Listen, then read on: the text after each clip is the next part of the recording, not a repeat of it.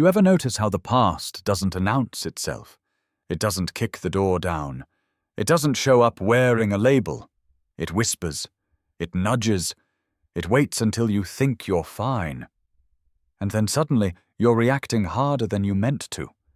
Stuck longer than you planned, explaining yourself to people who aren't even there. You tell yourself you've moved on. But what if you didn't?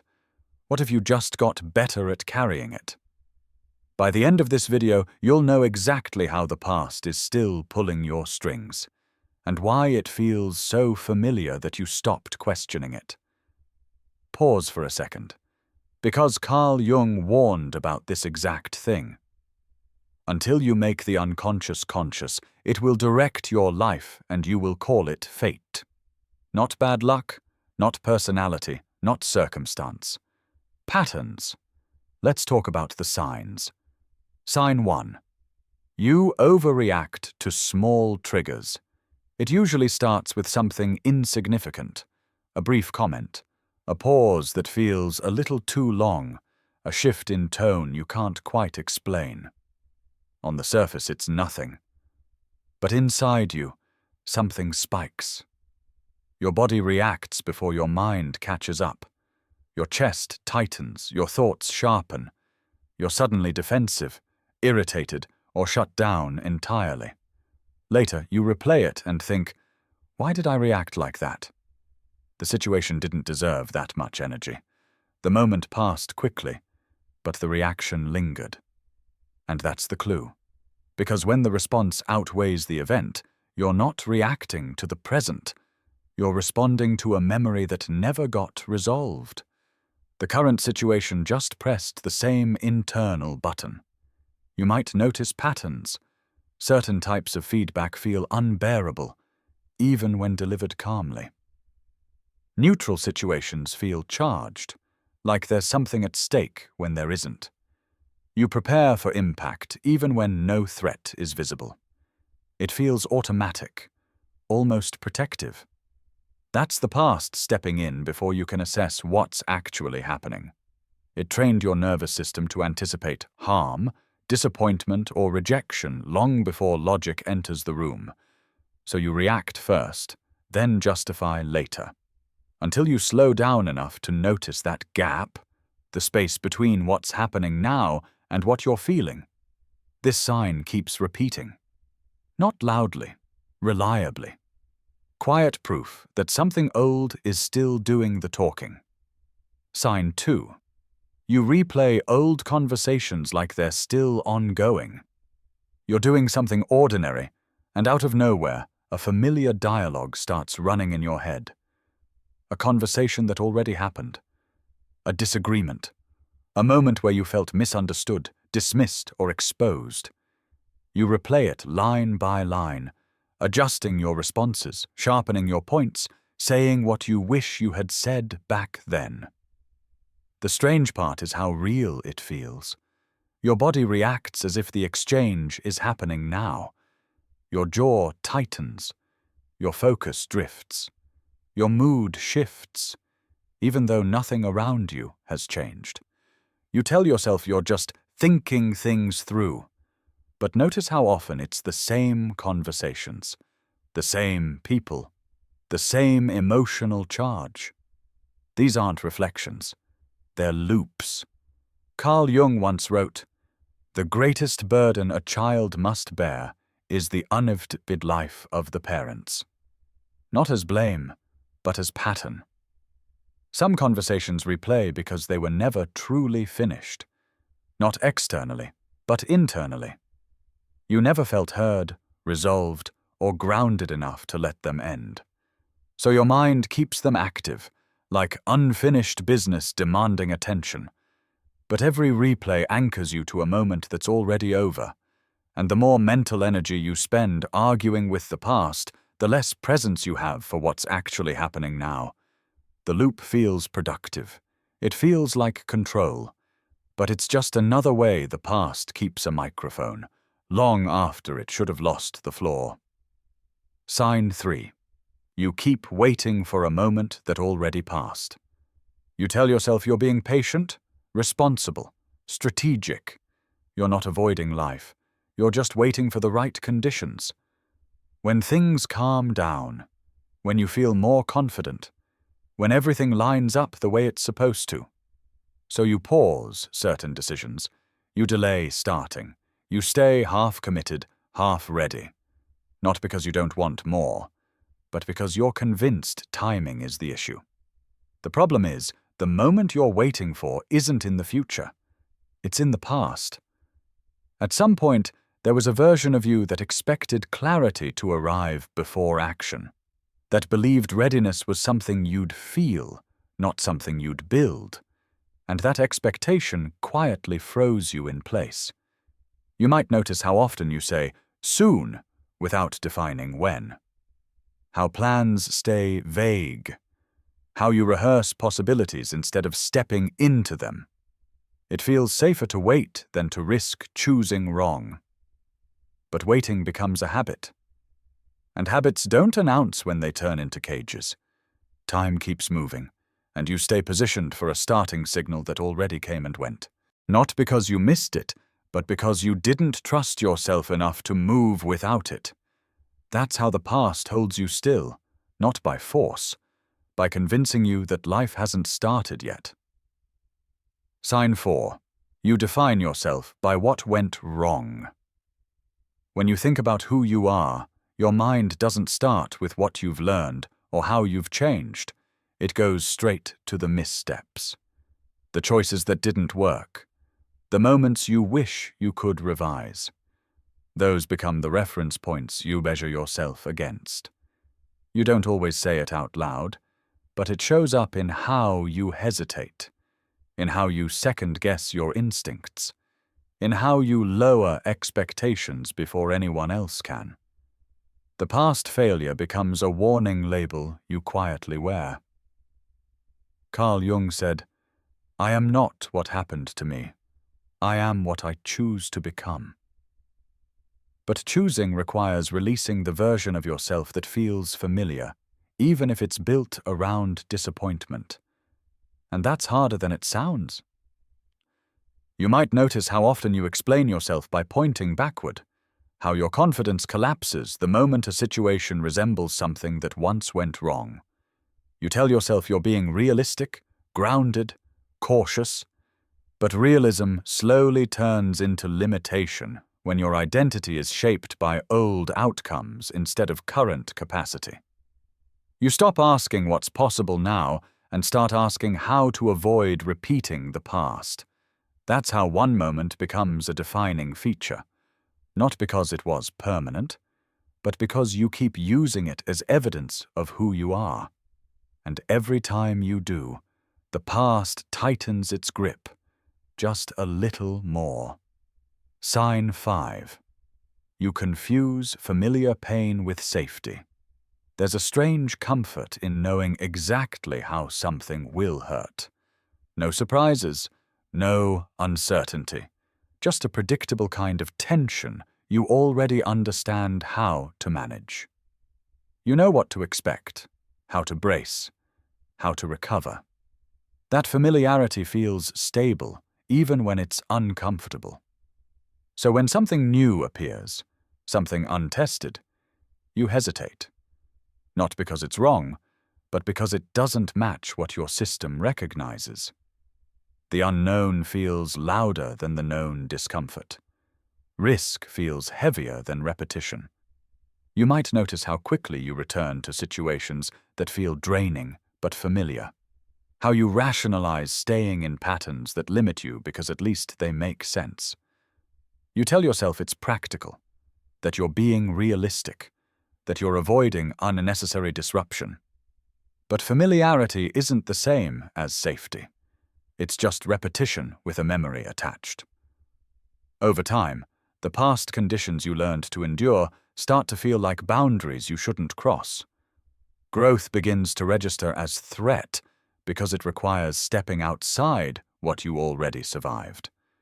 That's how the chain stays intact, not by punishing you, but by convincing you that anything different is dangerous. And as long as discomfort feels safer than change, the past doesn't need to chase you. You keep returning to it on your own. Sign 6. You feel guilty when you start to change. The moment you start to shift, your thinking, your standards, your direction, something inside you pushes back. Not loudly, subtly. A weight settles in your chest. A quiet sense that you're doing something you're not supposed to do. You question yourself. You wonder if you're being selfish, unrealistic, or ungrateful. The guilt doesn't come from your actions harming anyone. It comes from breaking an internal rule you learned a long time ago. Carl Jung wrote, "Neurosis is always a substitute for legitimate suffering." Sometimes guilt shows up not because you're doing something wrong, but because you're finally allowing yourself to feel the discomfort of growth instead of avoiding it. You might notice how change triggers thoughts about loyalty, to old versions of yourself, to expectations you once lived under, to identities that kept you accepted. Moving forward feels like betrayal, even when nothing is being taken away from anyone else. So you slow down, you soften your progress, you keep one foot behind you, just in case. Not because you doubt the direction, but because guilt makes freedom feel undeserved. That's how the past enforces obedience without force. It doesn't stop you outright. It makes you question whether you're allowed to move on at all. Sign 7. You tell the same story about yourself over and over. At some point, you settled on a version of yourself that explains everything. It's the story you use to make sense of your choices, your limits, your hesitations. You repeat it so often it feels factual, even when it's outdated. You might describe yourself in ways that quietly cap your potential. Not dramatically, just enough to stay predictable. The story sounds honest, it sounds self-aware, and that's why it's hard to question. But notice how rarely it changes. Even when your circumstances shift, the narrative stays the same. You interpret new situations through old language. You filter growth through past definitions. Anything that doesn't fit gets dismissed as temporary or unrealistic. This story gives you consistency, but it also gives you an excuse. As long as the narrative stays intact, you never have to fully confront who you're becoming. Ask yourself, if you stopped repeating that story, if you didn't explain yourself at all, what behavior would have to change next? What risks would you no longer be able to avoid? Repetition feels like identity, but it's often just habit. And every time you tell the same story, you reinforce a version of yourself that belongs to another chapter, one you've already outgrown, even if you haven't admitted it yet. Sign 8. You avoid silence. Silence isn't the problem. What silence allows is. When things go quiet, there's nothing buffering your attention, no mental noise to hide behind, no immediate task to lean on. And in that space, old thoughts have room to surface without interruption. You might notice how quickly you reach for stimulation the moment things slow down. Not out of boredom, but out of reflex. Stillness feels heavy, like something unresolved is waiting just beneath it. In silence, patterns become clearer. Feelings you've postponed start pressing for acknowledgement. Questions you've avoided don't disappear. They sharpen. That's why quiet can feel uncomfortable even when nothing is wrong. So you keep yourself occupied. Not to move forward, but to stay ahead of what might catch up. The avoidance is subtle and constant, woven into your routines so it doesn't feel like avoidance at all. But the past doesn't need noise to exist. It needs space. And silence provides exactly that. Until you're willing to sit without distraction, the past keeps its advantage. Not because it's powerful, but because you've never stayed still long enough to see where its influence actually ends. Sign 9. You feel stuck, but can't explain why you go through your days, ticking boxes, managing tasks, doing what's expected. On the surface, life looks functional. You're moving, accomplishing, surviving. But underneath, there's pressure. A low hum of tension that you can't quite name. You feel stuck, trapped, or tethered. But when you try to pinpoint why, the answer slips through your fingers.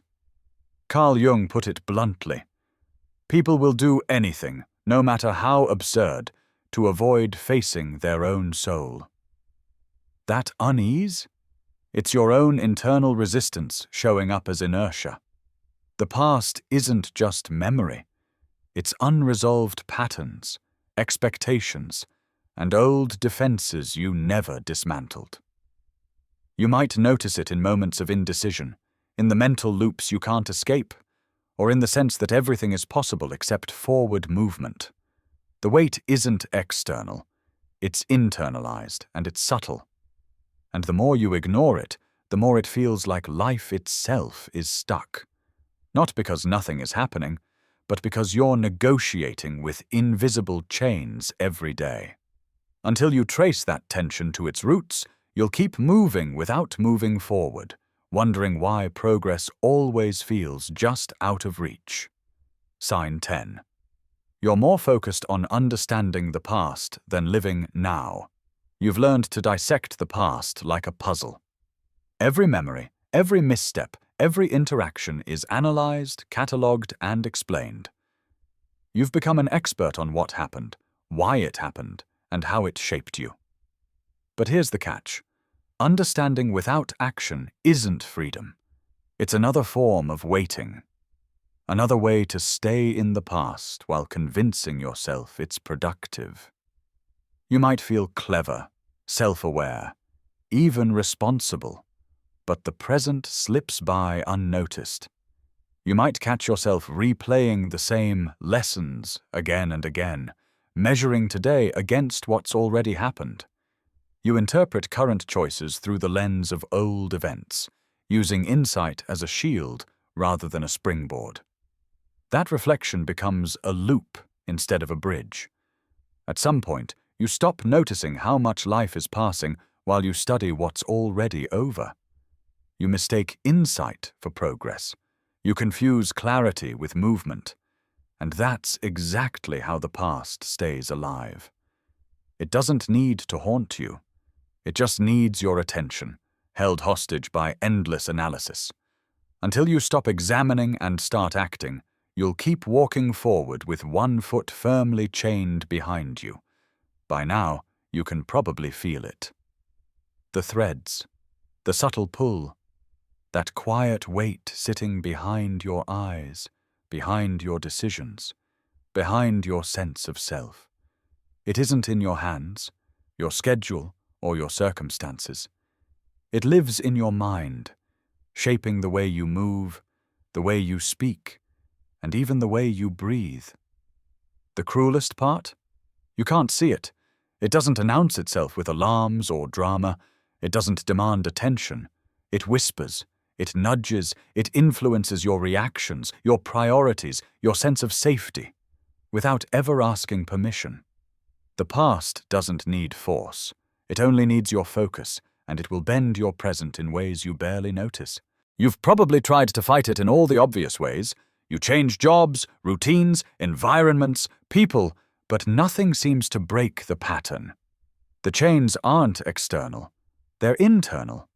They live in your thoughts, in your assumptions, in the automatic ways you protect yourself from risk, rejection, and discomfort. And here's the hard truth most people refuse to admit. Noticing the chains isn't enough. Seeing them, naming them, understanding them, it's only the first step. Awareness alone doesn't dissolve what's been reinforced for years. Questioning them doesn't loosen them. You have to confront them directly. You have to sit in the tension, face the resistance, and decide whether you let these invisible strings control your next hour, your next day, your next decade. It's uncomfortable. It's unsettling. It's messy. It will challenge everything you thought you knew about yourself. But it's the only way the past stops writing the script of your life. The only way you stop living on autopilot, repeating patterns that feel familiar but keep you stuck. At some point, you have to make a choice. Stay chained in quiet obedience to what already happened, or step forward into a life where you write the rules, and finally let the past be just that. Past. This is where most people get stuck. They see the chains, they feel the weight, but they hesitate. Because confronting the past isn't clean. It isn't polite. It isn't something you do once and check off a list. It's messy. It's relentless. And it asks questions no one else will ask for you. What part of your life is you, and what part is still borrowed from old patterns? What are you holding on to out of fear, habit, or guilt? What would it take to stop explaining yourself, stop defending yourself, and start living on your own terms? Here's the truth. The chains will always be there, quietly waiting, until you decide they're not running the show anymore. The past isn't gone. But it doesn't have to be your director. This is the point where everything changes, or stays the same. The difference isn't circumstance, luck, or opportunity. The difference is decision. Not a dramatic, life-altering moment, not an epiphany. Just the simple, often uncomfortable choice to refuse the patterns that no longer serve you. You can keep letting the past whisper, nudge, and pull, or you can step forward and write the rules yourself. One choice, one action, one refusal to stay tethered. And that's all it takes to start breaking free. So here we are. You've seen the signs, you've felt the weight, you've traced the threads that the past has been quietly weaving through your life. And now, it's on you. The past doesn't vanish on its own. The chains don't loosen by accident. Awareness alone isn't freedom. Action is the only thing that changes the story. Ask yourself, what small step could you take today to refuse the patterns that have been holding you back? What conversation, choice, or boundary could finally make the past a chapter instead of the whole book? The power isn't in ignoring the past. It's in deciding how much space it occupies moving forward. That's where growth begins. And that's where you start reclaiming your life. If this video hit closer than you expected, don't let it fade. Take a moment, reflect, and take one step, no matter how small, toward the life you want to live, not the one the past is still scripting for you. And if you're ready to dig deeper, subscribe and turn on notifications, because there's more to uncover, more ways to recognize the chains, confront them, and finally start moving forward. Don't let the past direct your story. Take control. Start now.